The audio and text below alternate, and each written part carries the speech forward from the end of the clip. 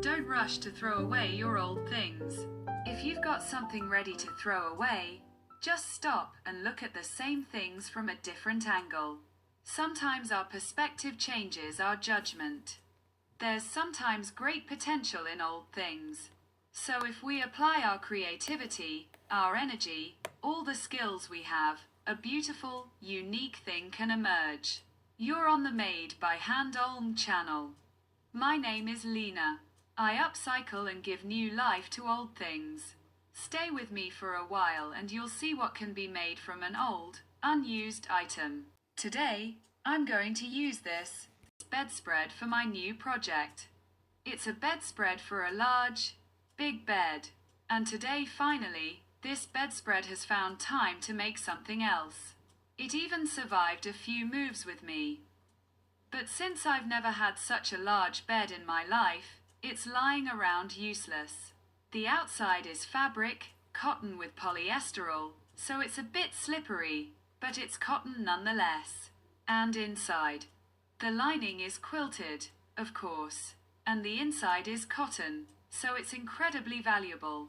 That's why I didn't throw it away. And today, I'll show you what you can make with such a bedspread. If you have something similar, get out your scissors and measuring tape and work with me. Let's get started. Here's my bedspread unfolded, and now the sleeve, which I've already cut out using a template. I place it right side up. We fold the edges.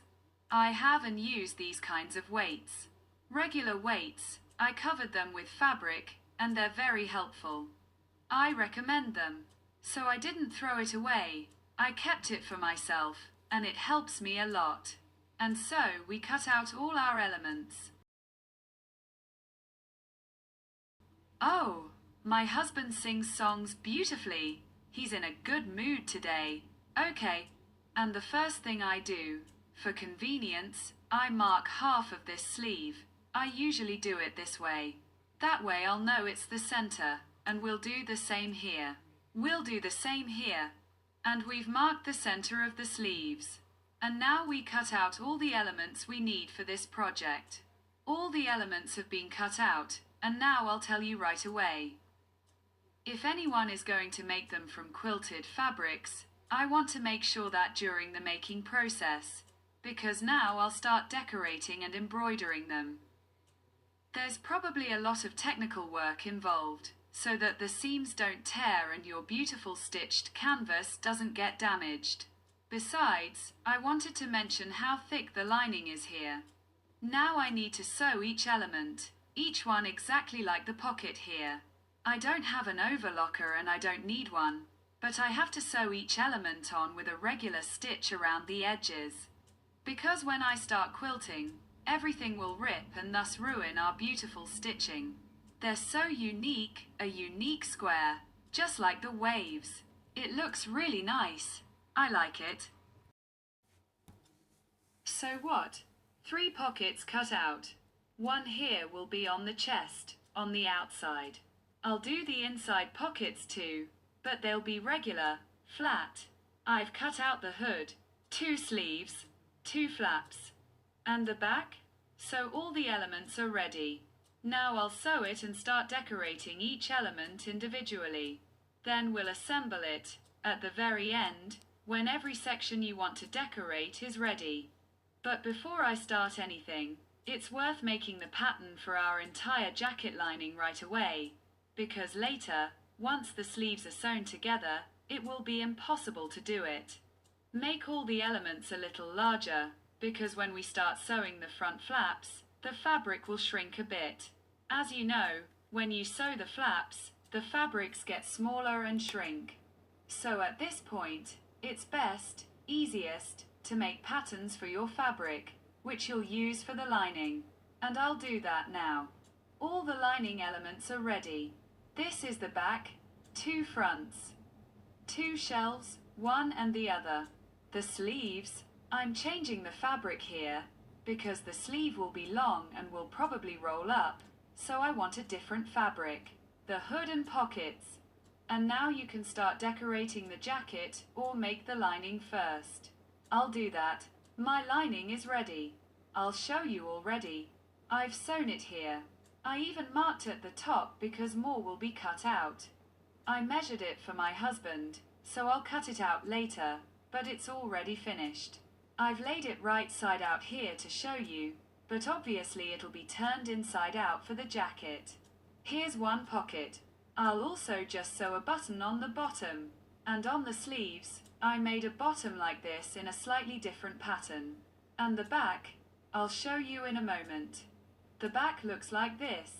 On the back, I made appliques of the sun behind the mountains and the inscription. The mountains call to those who are the same height as them. I like to add some slogans. And that will be the inside of my jacket. Let's continue sewing. Of course, you can use a similar design or make your own. Because it all depends on your creative imagination and the person you're making this piece for. Here at the top, I've also marked it will be slightly undercut so that it fits nicely on the back, and then the jacket doesn't ride up but sits in the right place on the back. So you need to pay attention to this. Try it on and mark it with a pencil on the front and back. Let's continue sewing. The elements are finished all around, as I said. One more note. If you're making a pattern using quilted fabric, make sure the front is cut out in one piece, so that when you cut out all the seams in the pattern, it fits. And look now, I also made it in one piece, then cut it out.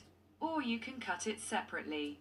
Of course, it depends on the amount of fabric, but if you don't take that into account, then it might be something like this. Do you know what I mean? But it depends. It depends on who likes it.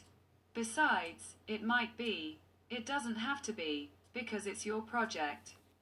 Now, I took the front shelves because last night I worked on the pockets and made them. These are my pockets. I drew pictures. They're drawn on the jeans with special acrylic paint for fabric, like miniatures, and then I decorated with additional threads. Of course, it's all sewn on. The fabric is also from this jacket. It's also insulated, which is why these pockets have such volume. Now all that's left is to put them in the right places and sew them on. I don't know. I'll choose the right threads. Maybe yellow, to make them more visible. I sewed 2 pockets. Oh, and maybe I'll also tell you how I made the pockets for my jacket tonight. Tonight I was making pockets. Here are the pictures I painted by hand. The pockets are done. All that's left is to put them in the right place and sew them onto my new jacket, the name of which I haven't thought of yet. We cut all the elements double, so we also cut the lining, including the hood and pockets. Later, once you've finished decorating and everything's ready, we fold the right sides together and sew them, leaving just enough space so that the pocket can be turned. I then turn it right side out. I left a little unsewn here, because I'll be sewing it to the jacket now, and I'll sew it, ironed. And this is what the pocket looks like. So each pocket is also cut double, unless you don't want to do that. I do it this way so you can avoid hemming the thick fabric later. But just place it directly on the jacket and sew it on. And I've already seen one pocket on websites. You can make a narrow, long chest pocket for your cell phone. Here. I immediately sewed Velcro on one side. This is also Velcro, and this Velcro will be sewn onto the jacket. I don't know how I'll decorate it yet, but I already have the pockets. Once the pockets are in the right place, it's easier to figure out how to decorate the rest of the jacket. Now I'm applying them, more or less in these places, without pinning anything yet. This pocket is more likely on this side, somewhere here. Yes, the pockets are already in place. I'll start sewing them on soon and think about how to decorate the front of the jacket. Because there's definitely not enough of it, but since the quilting pattern is quite nice, attractive, beautiful, I like it. There probably won't be much decoration here. I'll think about it. Maybe a few additional stitches, maybe colorful borrow stitches in those waves, or embroidery. And that's the next stage of our creativity. I pinned the pockets in the right place. Just a quick note. If you have a quilted jacket, don't pull the pockets out too much, meaning insert them and pin them in. On the contrary, you need to stretch the bottom part a bit, because if you sew this pocket on, it will later pull the detail underneath, and that way you'll lose centimeters, millimeters, because if you sew more decoration on, for example, you can even lose a centimeter. So, to avoid this in the width, I mean the size of the entire shelf. So don't pull the pocket out. Place it on your detail, pin it in, and sew it in. And to avoid making this mistake, because I did it once before and then had to unpick it, I'm telling you right now. So here are 2 pockets already pinned. I'll sew them on soon and start embroidering, finishing the pockets. And this is where, my dears, the most enjoyable and creative work begins. Even though we'll sew these pockets by hand, we'll later start to figure out how to decorate each of the cutout parts to create harmony, a certain atmosphere, which you usually have to maintain in your projects. And therefore there's no point in imposing your own ideas, because each of you will do it your own way anyway. So I'll just show you the result of my creative ideas for decorating all the parts. For now, I'll sew the pockets into their proper places, make 2 shelves, and later I'll show you each element in its entirety.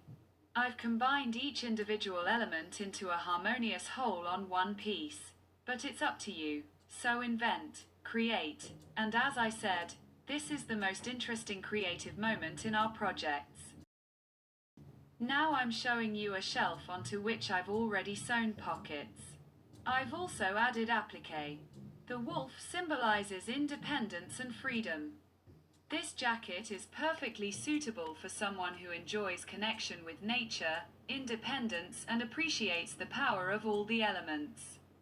I saw on Instagram that a girl makes such appliques from fabric scraps, because I painted pictures on my pockets.